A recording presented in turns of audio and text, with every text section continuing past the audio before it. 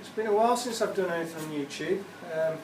It's just been mad, to be honest. I've had a lot of stuff happening business-wise. I've been trying to get stuff done for the website, and we've got sort of a lot of different business stuff happening.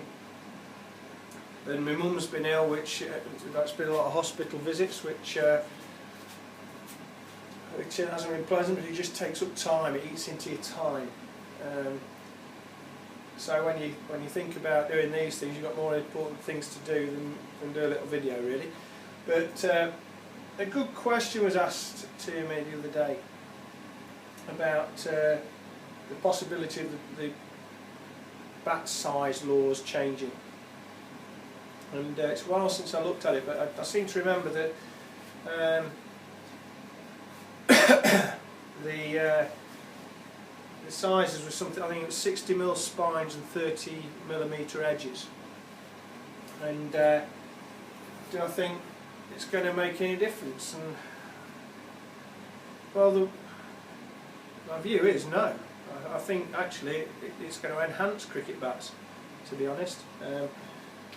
It always amazes me now that people are constantly saying, oh, I want a bat with 40mm edges and these huge looking edges on a bat, when actually the edge size is irrelevant. It's actually quite hard to do as a bat maker, because if you're getting regular sized clefts, which I always do, because I don't agree with these oversized clefts, because the drain on the willow in this country is at a premium now, because the Asian market's just sapping everything up. And you've got companies churning out 30,000–40,000 bats a year. At least they're the smaller companies.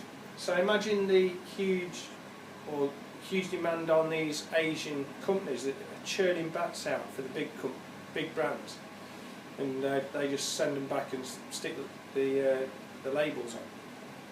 It's incredible. There's just not enough willow out there. Not quality anyway. And this is what I'm looking at the minute. With a couple of friends, just trying to make sure that willow stocks of the future are there. But I just think these bat laws it's a blind attempt to try and make it look like they're stopping people hitting the ball out of the ground. Well, the fact is it's going to happen because players are training all the time, training to hit the ball, stronger, physically stronger through training, as opposed to just a natural strength as it used to be with players. And they physically stand and train to hit the ball out of the park. If you combine that with the size of the boundaries now, they're not 90-yard, 85-yard boundaries anymore, up to the advertising hoardings, because they've got safety zones.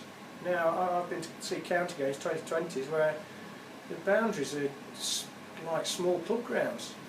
I've seen 50-yard boundaries, which is scandalous for the professional game. There's no doubts about that. So a miss-hit will go. That's just the way it is. That's how it's in club cricket, isn't it? In small grounds.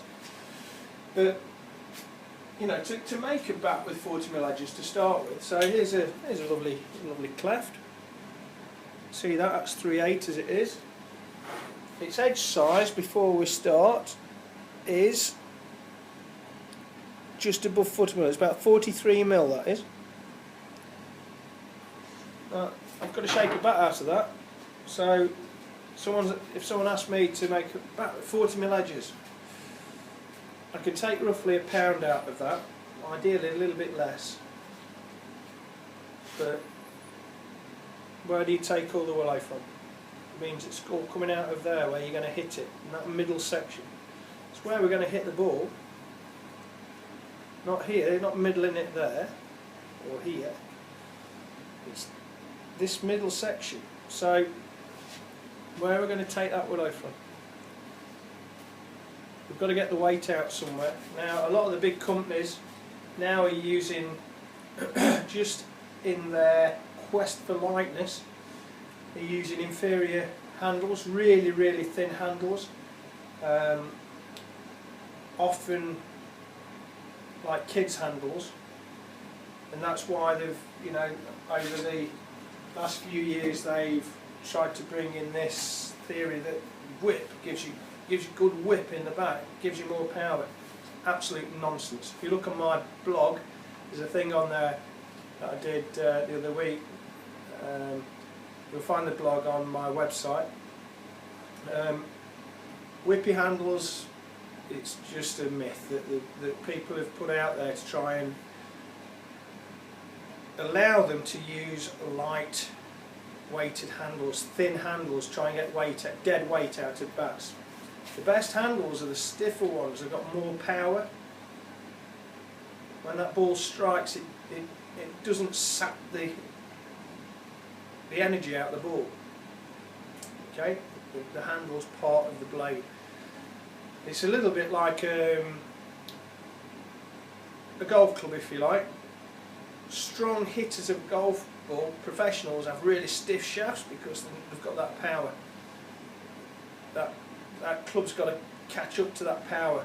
If it's too whippy, it's not going to work. So it's really important thing to remember when you're looking at a cricket bat. But as far as people being hung up on these 40mm edges, just forget about it. Forget about it. If the laws change, I think they will, but if the laws change, all it's going to do, so here's some bats I made, it's going out to America, but they are, label on I know, but not huge concaving. They are just under 40mm edges, about 38, 39mm edge, about 60mm spine. They want particularly big edges, but they're not big by today's standards, but they will be some of the best bats that anyone will ever get, because it's the way they're pressed and the way they're handled and the way they're balanced out. So, you know, for goodness sake, when you're looking at bats, don't get hung up on edge sizes. Think of the middle. Think of that spine height. Yeah. Think of that spine height. So that's the key. The pros that I'm making for county and international guys, that's what they're after. They want nice, deep spines on them.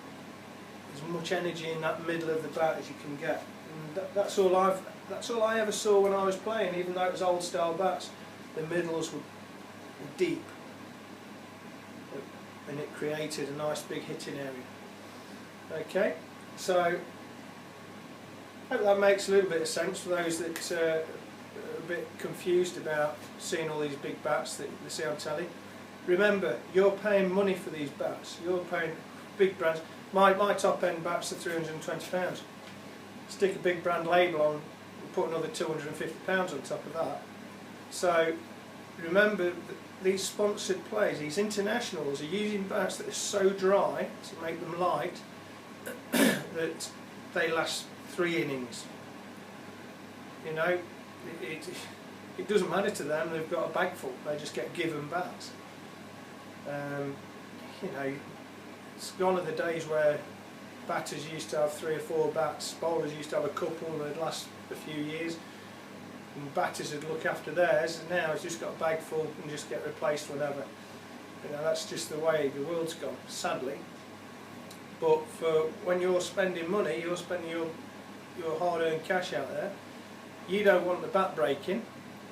You know, some will, granted, that's just the nature of it, but you don't want your bat breaking every 3rd innings or 4th innings. And likewise, me as a small bat maker can't afford to keep replacing bats. I don't think, if I could afford it, I don't think it looks good as a business anyway. So my whole thing is just create the best bats that anyone will ever use. Doesn't matter how big they are, it's about how they perform. That helps in your selection of bats, and if anyone wants to get in touch and ask any more questions, just drop me an email, paul@aldridgecricketbats.com. I'm always there to help out. If I don't get back straight away, it's just because I'm really busy and we are stacked out at the minute, so but I always try and help if I can. All those that know me know I'm constantly trying to answer people's questions. So I look forward to hearing from you, and I hope that helps a little bit.